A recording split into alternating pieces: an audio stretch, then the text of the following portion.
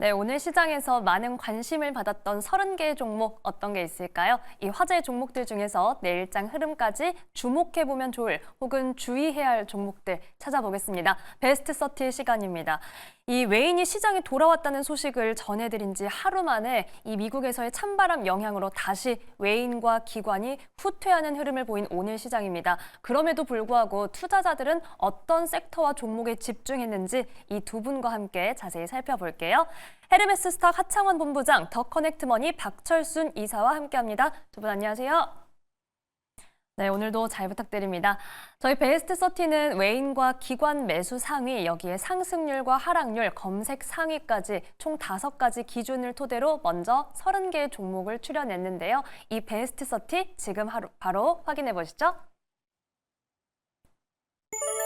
네, 오늘의 베스트 30가 등장했습니다. 우선 오늘 기관 1위는 세경 하이테크가 차지를 했고요. 오늘 수급 강자에는 K조선 키워드로 HD 현대마린 엔진 그리고 오리엔탈 전공이 좀 눈에 띕니다. 이 조선만큼이나 강달러 수혜가 기대되는 섹터가 있는데 바로 화장품이죠. 오늘 실리콘2의 강세도 여러분들 확인하셨을 겁니다. 또한 삼양식품 강세와 함께 덩달아 불닭볶음면 소스 제조사죠. S&D가 급등주로 이름을 올렸고 전진건설 로봇은 재건 기대감 속에 52주 신고가를 경신하기도 했습니다. 자, 이렇게 오늘 베스트 30 만나봤고 이 안에서 두 분은 어디에 주목을 해주셨을지 먼저 하본 부장님의 첫 번째 종목 만나볼게요. 어떤 종목일까요? 네, SOS랩을 선택을 했습니다. 네. 일단 최근에 좀 기세가 상당히 좀 좋게 흘러가고 있는데요. 아무래도 네. 뭐 기관에서의 좀 리포트도 상당히 좀 좋게 나왔고요. 또 이제 테슬라의 약진 기조가 만들어지고 있다 보니 관련된 기대감이 좀 쏟아지고 있는 상황입니다. 일단 R&D 인력이 상당히 많은 상황이어서 뭐 추후에 좀 높은 실적을 좀 기록하지 않겠느냐라는 평가를 받고 있는 상황이고요. 향후 사실 이제 뭐 미국뿐만 아니라 지금 다른 지역에서 또 자율주행에 대한 기대감들이 굉장히 높아지고 있고 특정 지역에서 통과를 시켜버리면 아마 다른 쪽에서 또 빠르게 진입을 하려고 노력을 할 겁니다. 또 어떻게 보면 신기술에 대한 패권 전쟁이 이루어질 수 있기 때문에 기대감은 좀 높아질 수 있겠다라고 보시면 좋을 것 같고요.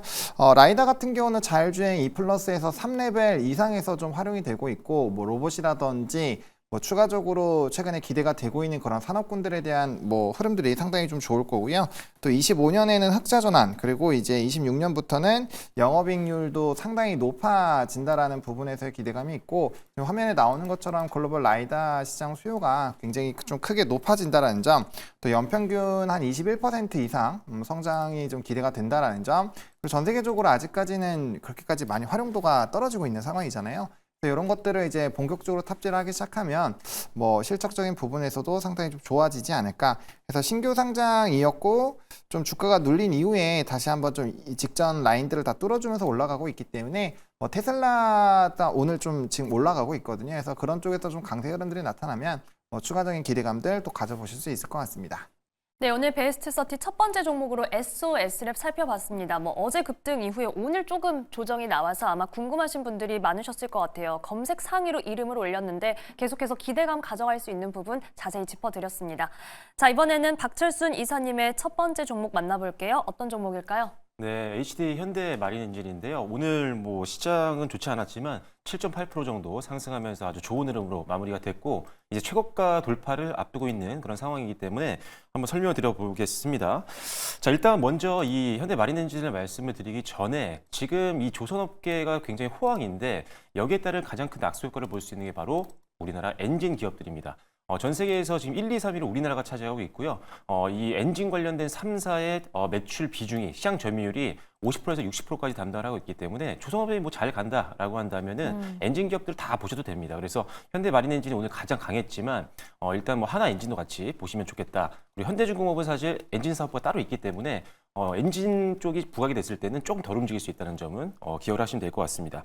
자, 일단은 지금 관세청의 수출입 무역 통계를 보면요. 지금 1월부터 11월까지 우리나라 이 선박 추진용 엔진의 수출액이 이미 작년 전체 엔진 수출액을 빠르게 굉장히 넘어섰습니다. 그만큼 지금 엔진 업계도 굉장히 호황을 누리고 있기 때문에 다시 한번 엔진주도 계속적으로 봐야 된다라고 말씀을 드리겠고요. 두 번째로 이제 현대 마린 엔진에 대해서 말씀을 드려보자면 이름에도 있다시피 선박에 들어가는 엔진 관련된 제품을 만들고 있고 추가적으로 이 엔진 관련된 부품이라든지 이런 것들도 만들고 있는 대표 기업이다 이렇게 보시면 될 것 같습니다. 특히나 이제 뭐 디젤 엔진도 만들고 있지만 LNG 이중연료 엔진이라든지 또는 LPG 가스 엔진 역시나 이중 연료를 사용하고 있는 엔진인데 아무래도 지금 시장이 계속적으로 친환경 쪽으로 가다 보니까 이 이중연료를 사용하는 엔진에 대한 수요가 계속적으로 늘어나고 있고요. 이 회사 역시나 이 제품들을 아주 잘 만들고 있기 때문에 계속적으로 이 수요 확대에 따른 낙수 효과를 볼 수 있는 대표 기업이다라고 보시면 될 것 같습니다. 그리고 일단은 이 이중연료 엔진 같은 경우가 기존 엔진 대비했을 때 상당히 고부가 가치이기 때문에 이 엔진의 수요가 늘고 제품을 많이 팔게 된다라고 한다면 점점 더 수익성은 좋아질 수 있다는 점도 기억하시면 될 것 같고요. 세 번째로는 글로벌 시장에서의 엔진 수주가 계속적으로 쌓여나갈 걸로 예상을 하고 있습니다. 지금 현대 마린 엔진의 지금 수주 잔고를 보면요.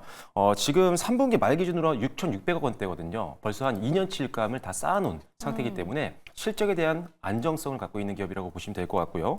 9월 이후에도 5건 이상의 수주 공시가 나왔을 정도로 수주가 계속적으로 들어오고 있는 그런 상황이기 때문에 역시나 실적에 대한 기대감을 더 높이셔도 된다라고 보시면 될 것 같습니다.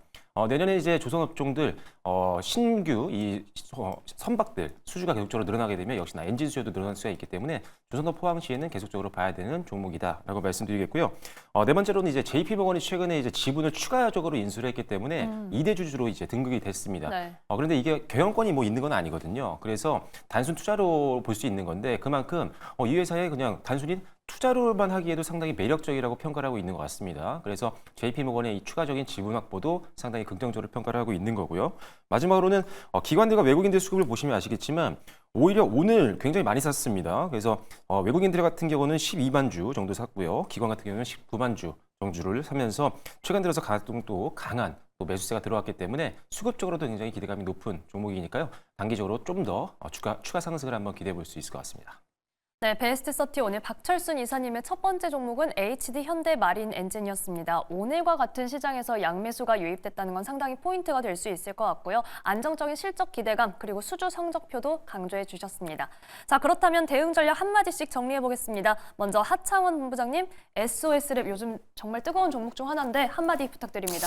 네, 뭐 말씀 주신 것처럼 이격이 좀 벌려져 있고 오늘 좀 쉬어가는 흐름들이 있어서 단기 차익 매물만 좀 조심해 보시면 좋을 것 같고 미국장이 단기 급락 이후에 다시 좀 회복을 하려는 움직임이 일단은 보이고 있습니다. 테슬라가 오늘 다시 한 3% 정도 일단 프리장에서 올라가고 있는데 만약에 이제 앱장 이후에 본장에서 상승 기조가 만들어지면 아마 다음 거래일엔 좀 좋은 흐름이 나타나지 않을까 이렇게 생각하고 있습니다. 네, 저희가 테슬라의 흐름도 함께 체크하면서 SOS랩도 역시 기대해 보겠습니다. 박철순 이사님, HD 현대 마린 엔진 한마디 부탁드립니다. 내년이 더 기대된다라고 말씀을 드릴 수 있을 것 같은데 네. 가격적인 부분을 한번 말씀드려야 될 것 같아요. 지금 거의 최고가까지 거의 다 왔기 때문에 그쵸. 저항받고 밀린다면 어느 정도는 수익을 좀 챙기시고 다시 또 반등이 나왔을 때 비중을 더 늘리시면 되기 때문에 저항은 항상 고려를 하셔야 될 것 같고 뚫을 수도 있을 가능성이 있습니다. 그래서 한 27,000원 정도를 목표가로 보시면 될 것 같고요. 손절 라인은 한 2만 원 정도로 대응을 하시면 좋을 것 같습니다. 네, 27,000원선 목표가 그리고 일부는 수익 실현에 대한 의견도 함께 말씀해 주셨으니까요. 내년도 기대감까지 가져가 보겠습니다. 자, 이번에는 두 번째 종목 살펴보겠습니다. 하창원 본부장님의 두 번째 종목은요? 네, 실리콘2입니다. 일단 뭐 오늘 또 좀 급등이 나왔고 최근에 네. 좀 좋은 기조가 만들어지고 있는데요. 아무래도 좀 기대감이 높아질 수밖에 없는 환경입니다. 실적에 대한 기대감도 높아지고 있고 이 회사가 가지고 있는 뭐 플랫폼에 대한 매력도 자체가 워낙 좀 긍정적이다 보니까 그 부분에서 좀 기대감이 높아지고 있고요. 일단 뭐 물류를 이제 매집을 해서 이제 여러 인프라에 좀 파는 회사이다 보니까 기대감 자체가 상당히 좀 높은 상황이고 실적이 굉장히 좋았는데 화장품 전반적으로 좀 눌리는 기조가 만들어지면서 좀 흐름들이 조금은 쉬어가고 있습니다. 대신에 이 앞으로의 지역적인 확대 기조가 많이 만들어지고 있어서 유럽 쪽에 대한 흐름들이 상당히 좋아지는 부분들 그리고 이제 추가적인 수익성 확대들 그리고 온라인에서 오프라인으로 전환하는 그런 기대감들이 높아지고 있어서 향후 전망 같은 경우는 굉장히 좀 긍정적일 수 있겠다라고 보시면 좋을 것 같아요. 네. 특히나 이제 폴란드 물류 창고에 대한 이런 센터가 가동이 하면서 유럽 지역에 대한 이런 기대감이 상당히 좀 높아지고 있다라고 보시면 될 것 같고 또 최근에 미미박스와 MOU 체결을 했고요. 또 이제 아마존 베스트셀러 1위에 눈일입 오일이 또 들어가 있기 때문에 뭐 이런 전반적인 모멘텀을 보시면 뭐 충분히 좋은 기조 만들어질 수 있을 것 같습니다. 네, 오늘 베스트 30 하창원 본부장님과 두 번째 종목으로 실리콘2 살펴봤습니다. 기관이 좀 착실하게 물량을 모아왔더라고요. 네. 향후 전망 긍정적인 포인트 역시 살펴봤습니다. 특히 글로벌 시장에서의 이 흐름 지켜보겠습니다. 자, 이번에는 박철순 이사님의 두 번째 종목입니다. 어떤 종목일까요? 네, LS 마린 솔루션을 가지고 왔는데요.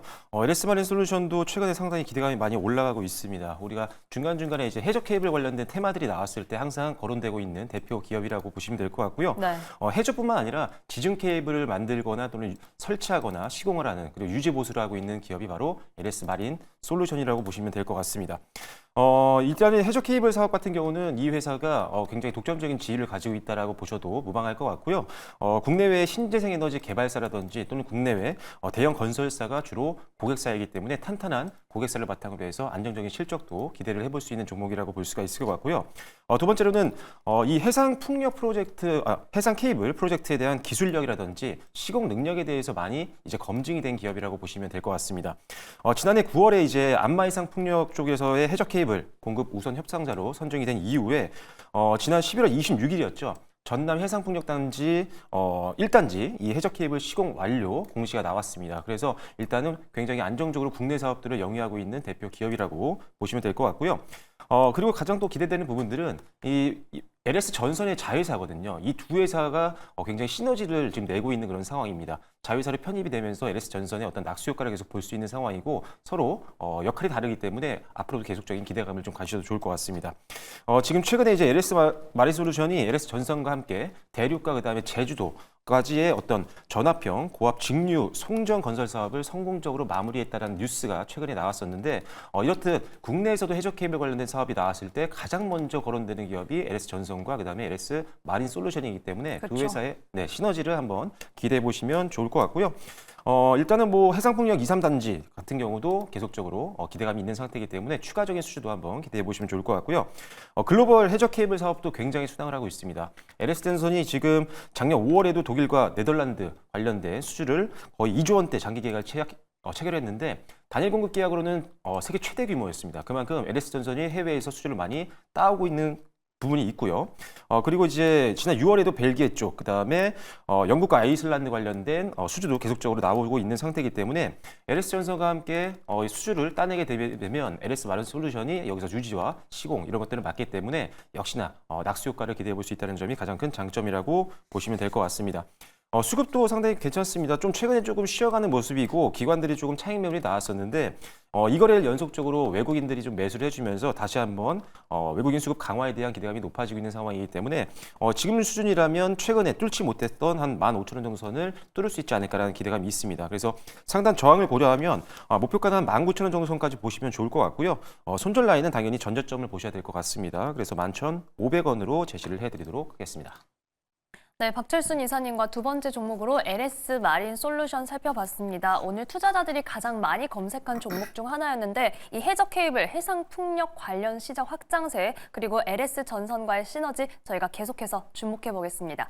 자, 그럼 역시 대응 전략 정리해 볼게요. 박 이사님, LS 마린 솔루션 한마디로 정리해 주신다면요? 해저 케이블 관련 탑픽입니다.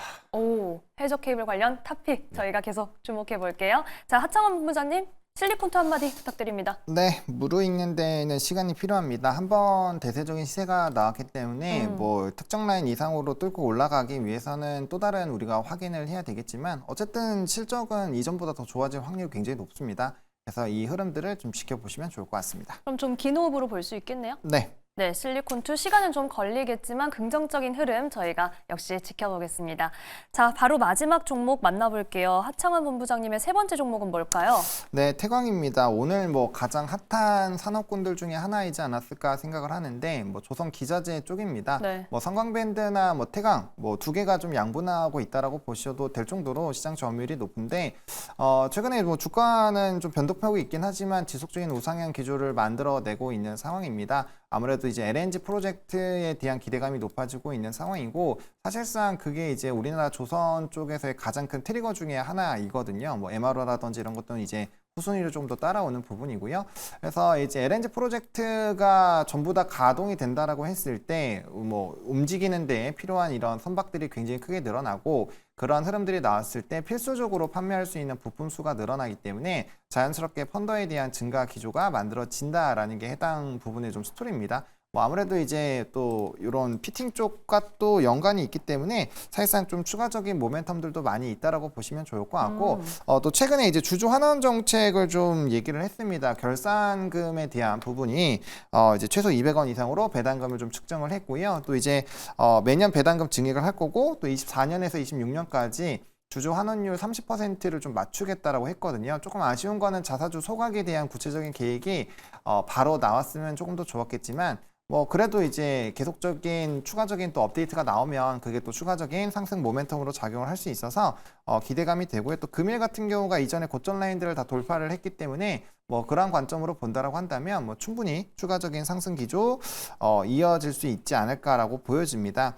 그리고 이제 조선업 같은 경우가 이 LNG 선에 대한 수요 증가가 26년, 27년까지 한 200척 이상 증가할 것으로 예상을 하고 있거든요. 그러니까 사실상 이러한 흐름으로 가게 되면은 모멘텀이 단기적으로 끝나는 게 아니라 26년도 이후까지도 좀 볼 수 있어요.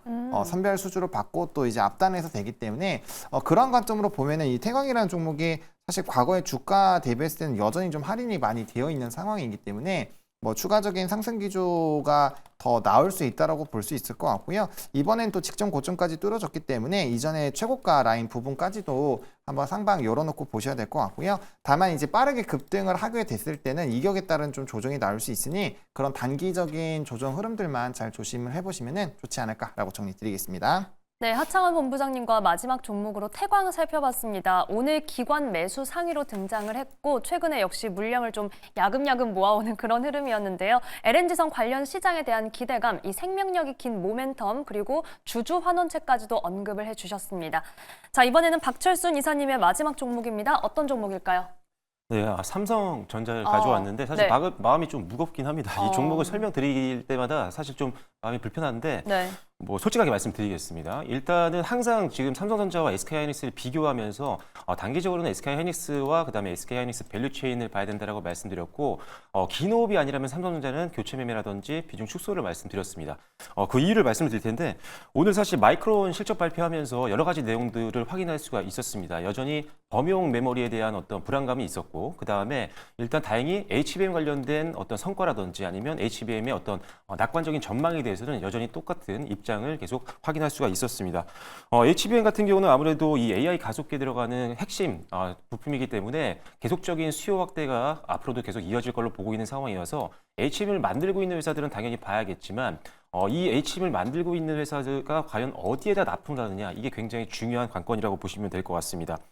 사실 뭐 엔비디아가 거의 뭐 HBM 시장을 독점하고 있고 AI 가속 쪽을 독점하고 있지만 이제 뭐 메타라든지 애플이라든지 아니면 브로드컴이라든지 많은 기업들이 지금 AI 칩을 만들고 있는 상황이기 때문에 이런 고객사가 다변화되면 이들로부터도 또 매출을 끌어당길 수 있기 때문에 고객사를 빨리빨리 확보하는 것도 HBM 만들고 있는 회사들의 어떤 노력이 필요하다. 굉장히 중요한 부분이다라고 보시면 될 것 같아요. 네, 근데 문제는 이제 뭐냐? 오늘 주제인 삼성전자가 문제인데 삼성전자가 지금 오랜 기간 동안 기대감만 있었습니다. HBM3E를 과연 엔비디아에 언제 납품하느냐 이게 지금 계속 안 되고 있기 때문에 고객사가 확대가 안 되고 있는 거죠. 그것도 가장 중요한 고객사가 그러다 보니까 실적에 대한 기대감은 낮아질 수밖에 없는 상황이고 지금 이제 4분기 실적도 불안감이 있지만 이게 계속 퀄테스트에 통과를 못하게 된다면 1분기 실적까지도 굉장히 좀 낮게 평가를 할 수밖에 없는 상황입니다. 그래서 실적에 대해서 굉장히 하향 조정이 되고 있는 부분이라 이 부분들을 계속 보셔야 되고 그래서 오히려 지금 HBM4를 어떻게 하느냐에 따라서 삼성전자의 주가가 언제 올라가느냐로 바뀔 수 있을 것 같습니다. 예를 들어서 엔비디아가 지금 루빈을 원래 내후년쯤에 생산할 걸로 알고 있었는데 이걸 6개월 좀 땡겼단 말이죠. 그러면 여기 들어가는 HBM4를 과연 누가 납품을 하느냐 이게 굉장히 중요한데 HBM을 독점으로 납품하고 있는 엔비디아는 뭐 큰 문제가 계속 없을 것 같은데 여기에 문을 이제 삼성전자가 뚫을 수 있느냐 이게 굉장히 주가 회복에 가장 큰 영향을 줄 수 있는 부분이라 이 부분이 나와야 줘야 될 것 같고요. 그리고 일단은 범용 메모리는 계속 안 좋습니다. 일단 PC라든지 아니면은 스마트폰에서 어떤 수요가 많이 안 나고 있는 상태이기 때문에 범용 메모리는 당연히 전체적으로 다 안 좋은 상황이라는 거 기억하시면 될 것 같고 그리고 이제 미국의 이 중국 제재 때문에 HBM을 팔지 못하는 부분에 대한 충격들이 있을 수가 있는데 물론 범용 제품들이고 굉장히 저가의 제품들이긴 합니다. 하지만 아무래도 엔비디아에 납품을 하지 못하고 있는 삼성전자는 매출 비중이 조금 더 높기 때문에 SK하이닉스보다는 조금 더 충격을 받을 수 있다는 점은 우리가 감안을 해야 된다라고 말씀을 드리겠고요.